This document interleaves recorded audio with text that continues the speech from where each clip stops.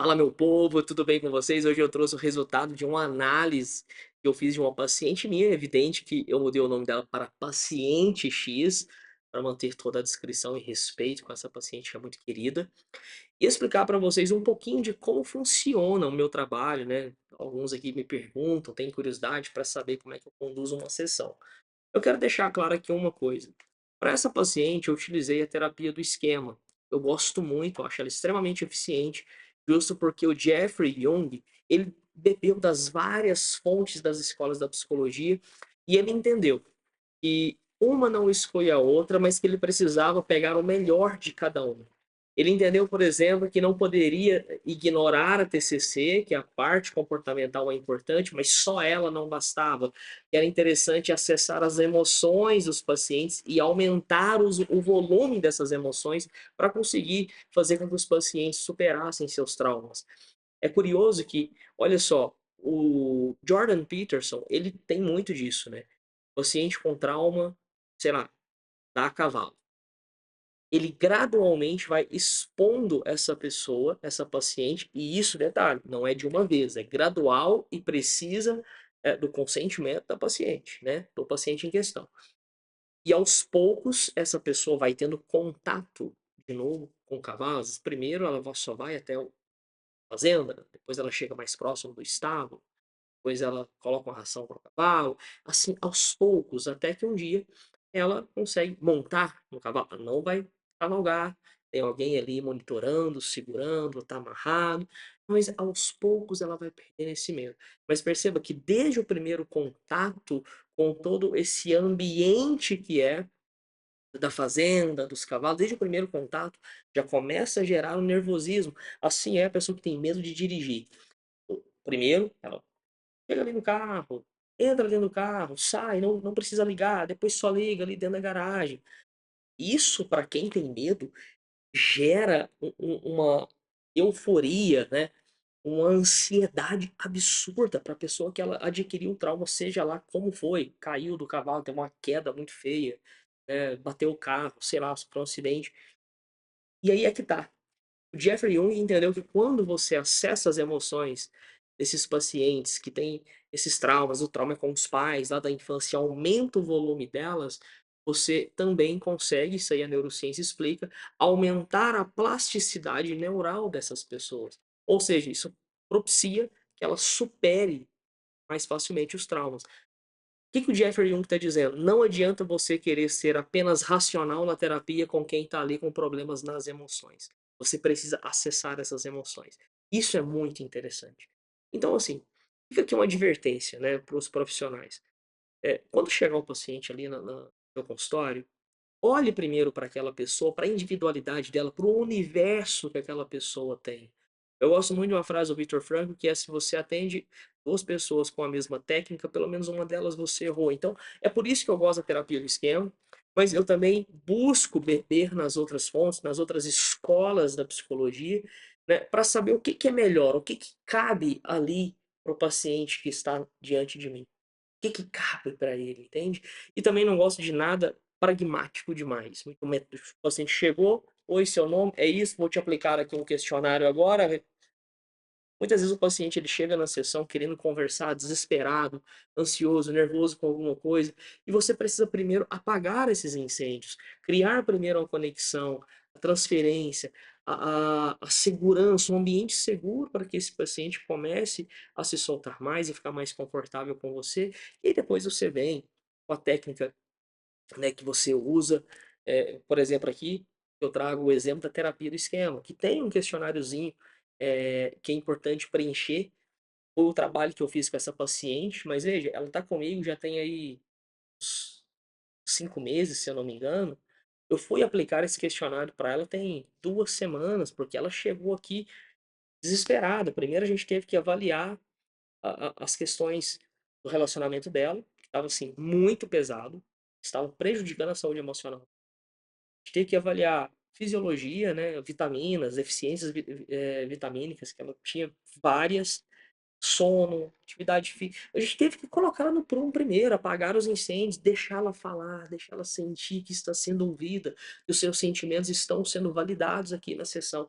Primeiro eu fiz isso, toda essa construção, e depois no momento certo que eu vi que ela estava mais tranquila, medicação ajustada, que eu encaminhei ela para uma psiquiatra da minha confiança, aí sim foi a hora: "Olha, vamos fazer esse questionáriozinho aqui?". E aí a gente fez, e o resultado foi esse. Eu quero compartilhar com vocês que é muito interessante, né. Que é um resultado, ele é determinante? Bom, como é que eu posso te explicar isso? E se o paciente responde alguma coisa errada? Então não necessariamente tudo aqui vai encaixar, né. A ideia, né, bom, é bom que o paciente ele responda tudo certinho. É um questionário que ele é diferente, você não pode colher as respostas do paciente, com a razão. Ele precisa responder com base no que está sentindo. Só que a gente tem uma tendência a querer racionalizar as situações, e é por isso que o profissional ele tem que sempre estar ali ajustando o caminho. "Ó, isso aqui é a sua razão dizendo, ou é o que você está sentindo, o que você sentiu ao longo do último ano".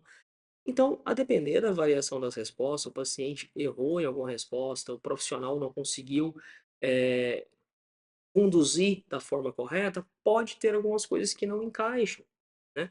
A ideia de ter esse resultado, e eu sempre gosto de fazer esse PDFzinho aqui, porque às vezes eu encaminho para o psiquiatra que eu, né, a psiquiatra que eu trabalho junto aqui, né, que aí fica organizado, fica um negócio bem profissional, bem legal, fácil dela entender o que aquela paciente, o paciente ele está passando.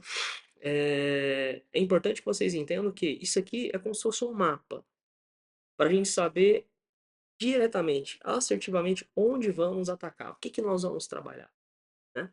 Então depois de feito, eu, crio esse arquivo e tudo mais, eu apresento para o paciente, né, no caso aqui é paciente X, apresento para ela, a gente conversa, entende, "Olha, o que está fazendo sentido? Você viveu algo assim parecido?". E, às vezes eu já atendi ela há um tempo, eu já sei de algumas coisas, e aí ela entendeu, fez sentido, a gente começa a trabalhar alguns exercícios, né, alguns exercícios terapêuticos, né, da terapia, pra poder superar esses problemas. Então vamos lá, deixa eu ir aqui, opa. Essa apresentação oferece uma análise detalhada dos esquemas e tendência a esquemas, né, que às vezes não tem um esquema formado, mas pode ter uma tendência a um esquema. Vamos lá, privação emocional.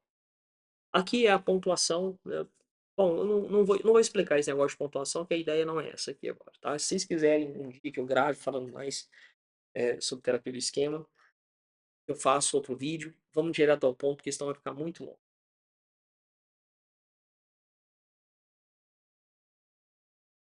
né. Bebam água. Estão vendo aí, né? Ok.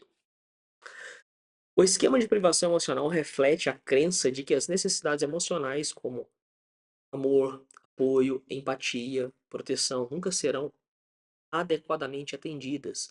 Pessoas com esse esquema sentem que os outros não estão disponíveis emocionalmente, ou que não são capazes de oferecer o suporte necessário, né? Isso pode levar a sentimentos de solidão. Aí tem aqui alguns subtipos, né, de privação emocional. Olha que interessante, isso aqui foi o resultado com base nas respostas que essa paciente me deu, né? E aí eu gosto de destacar a possível origem, né? É uma possível origem, não é uma certeza que tenha sido daqui. Mas na maioria dos casos a gente vê que sim, o paciente X pode sentir que mesmo em relacionamentos próximos, né, que é a conexão com comportamentos, né?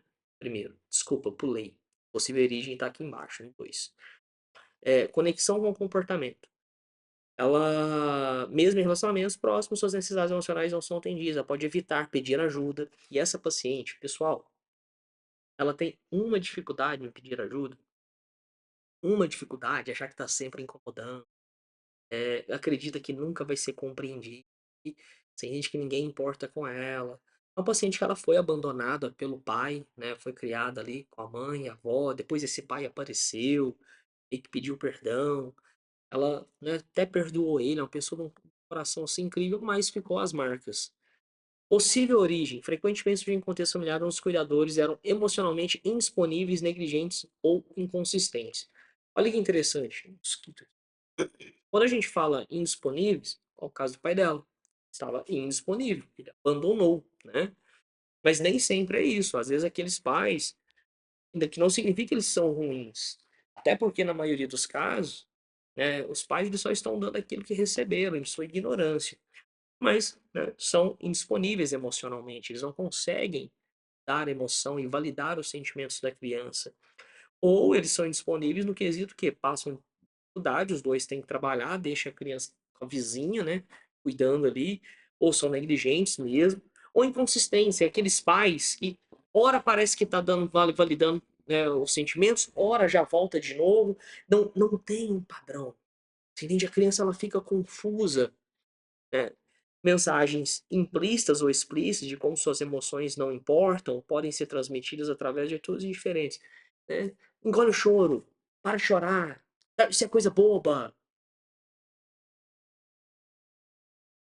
Para o adulto, realmente, tem muitas situações que são coisas bobas. Agora, para a criança, que ela não pensa como um adulto, não necessariamente aquilo é bobo, ela precisa ser ouvida, então você abordar essa criança e fala assim: "Olha, o que aconteceu? Chore, pode chorar, mas depois que você terminar, me conte por que você está chorando, o que está acontecendo?". E isso muitos pais, na sua ignorância, não sabiam fazer e acaba gerando esse problema, esse esquema de privação emocional, né. Crescer em um ambiente onde as necessidades emocionais foram acabei de falar aí. Autossacrifício. Caracteriza pela tendência a priorizar as necessidades dos outros em detrimento das próprias, muitas vezes para evitar a culpa ou medo de parecer egoísta. Esse comportamento leva à autoanulação e pode resultar em exaustão emocional e ressentimento. Pessoas com esse esquema frequentemente ignoram os sinais de esgotamento e sentem que devem ajudar os outros a qualquer custo. E aí? Você acha que você se encaixa nisso aqui? É aquela pessoa, aquela criança que muitas vezes ela foi condicionada a acreditar que para ser amada ela precisava se anular e se sacrificar e dizer sim para tudo e para todos, né? Muito complicado. E isso, né, vai para os. Aqui eu deixei o primeiro nome, mas tudo bem. Vocês não vão saber nunca quem que é. Ainda bem que tá só o primeiro, né? Não tem o sobrenome. O sobrenome dela é bem específico. Paciente X pode assumir responsabilidades excessivas, ignorando seus próprios limites. Ela pode sentir dificuldade em dizer não, mesmo quando está sobrecarregada, pois teme ser vista como egoísta ou indiferente. Esse comportamento pode criar desequilíbrio em seus relacionamentos, onde suas necessidades são frequentemente negligenciadas. Uma possível origem muitas vezes se desenvolve em famílias onde a criança foi elogiada ou valorizada apenas por ser útil. Eu até tinha colocado aqui. Pais emocionalmente dependentes também podem estender isso daí para a criança. Experiências de culpa por expressar sentimentos pessoais também forçar esse esquema. Olha só, hein? E imagina você um relacionamento com esse esquema ou se relacionando com uma pessoa que é assim.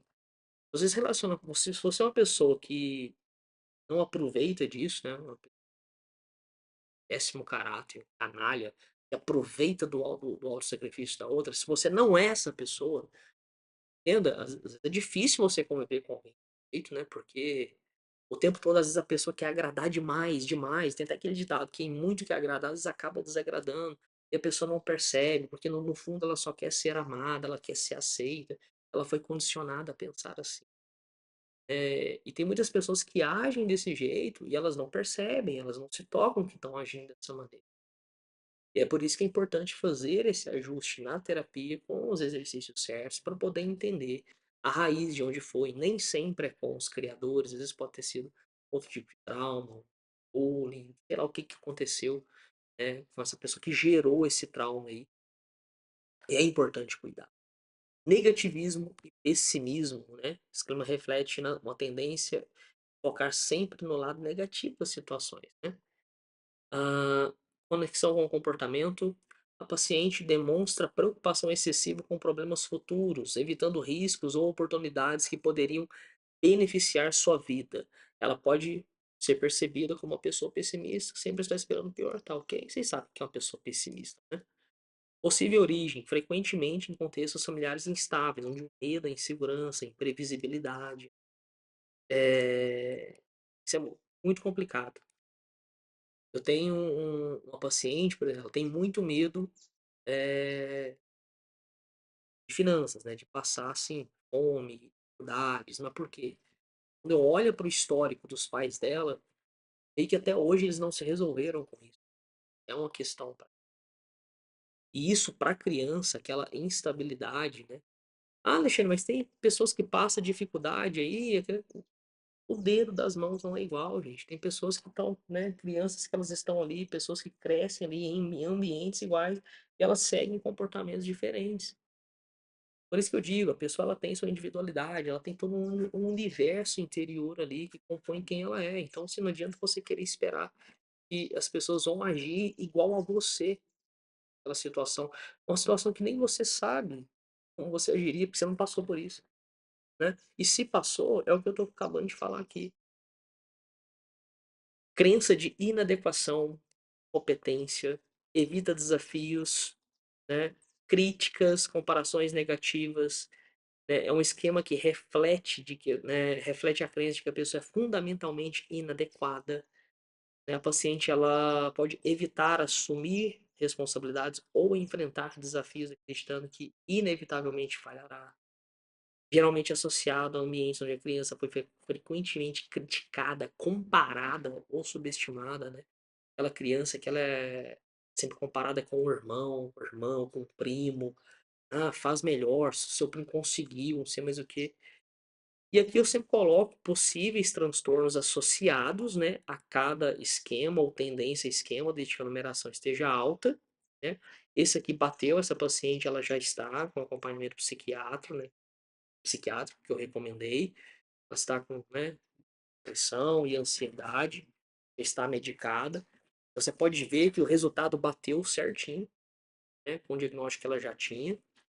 Eh, Só que aqui é o seguinte, quando eu coloco as possíveis associações a transtorno e encaminho o paciente para, deixa eu voltar aqui para, encaminho o paciente para o psiquiatra, é preciso entender o seguinte, que eu explico para o paciente: "Olha, aqui vai depender da intensidade, duração, frequência de cada esquema desse aqui, de como isso está na sua vida.